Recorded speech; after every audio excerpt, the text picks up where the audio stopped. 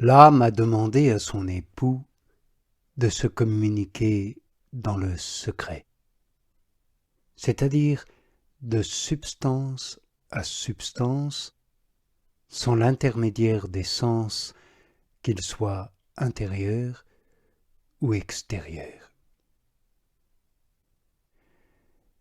Et l'âme lui dit « Mais regarde les compagnes de celle qui s'en va par les îles étrangères. »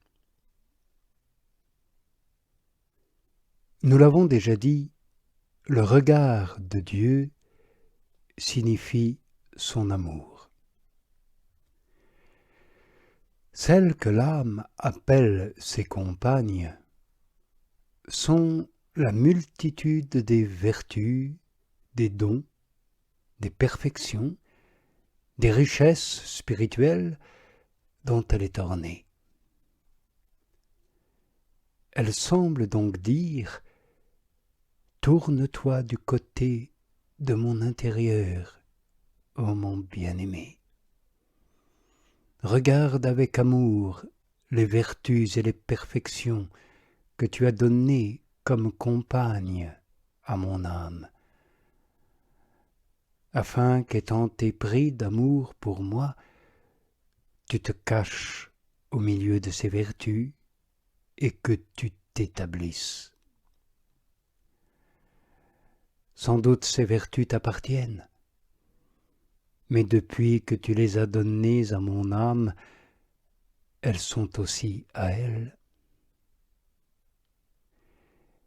Elle qui s'en va par les îles étrangères.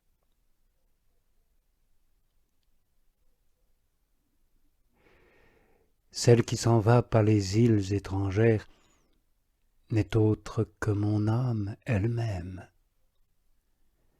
Elle s'élève vers toi par des lumières extraordinaires sur toi-même, par des manières et des voies qui sont étrangères et inconnues à tous les sens et en dehors du mode ordinaire de connaître. L'épouse semble donc dire « Puisque je m'élève vers toi, par des connaissances merveilleuses et étrangères au sens, daigne te communiquer aussi à moi d'une manière si intime et si sublime qu'elle soit étrangère à eux tous. »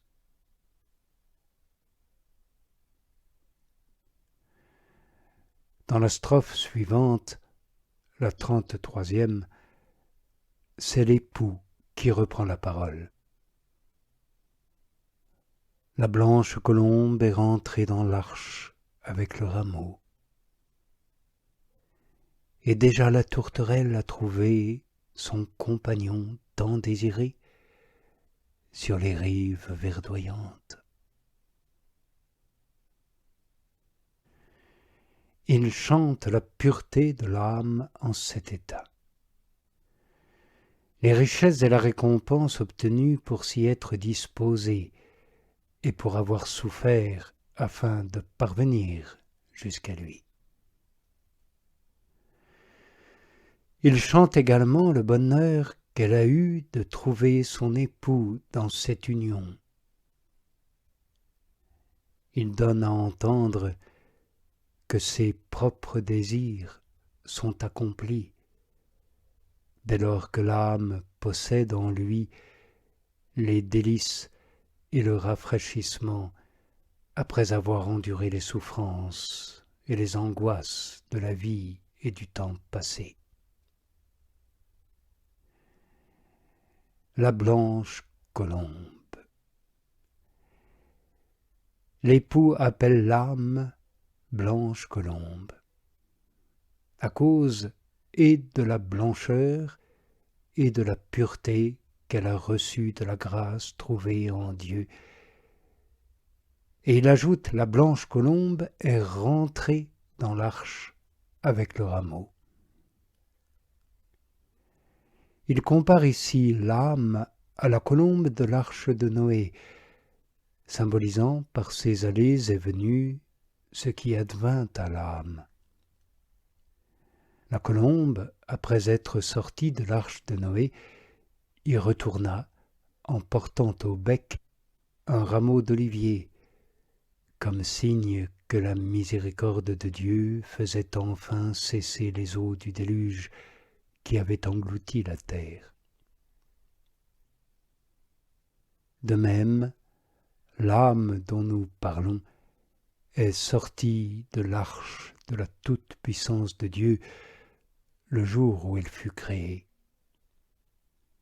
Puis, après être passée par les eaux du déluge de ses péchés et de ses imperfections, comme aussi des peines et des épreuves de cette vie, elle retourne à l'arche du sein de son Créateur.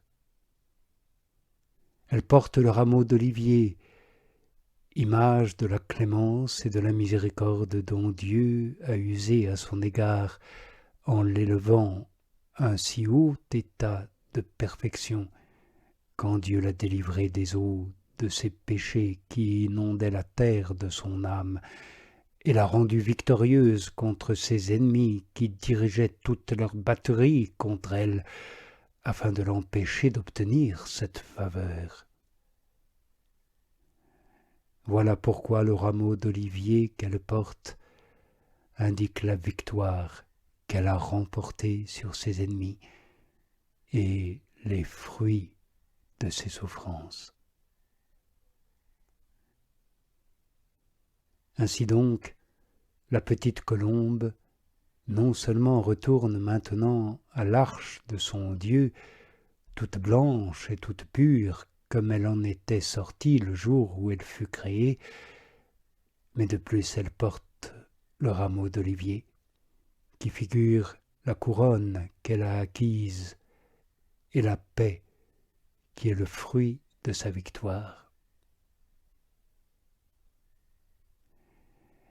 Et déjà la tourterelle a trouvé son compagnon tant désiré sur les rives verdoyantes. Ici l'époux donne à l'âme un autre nom, celui de tourterelle,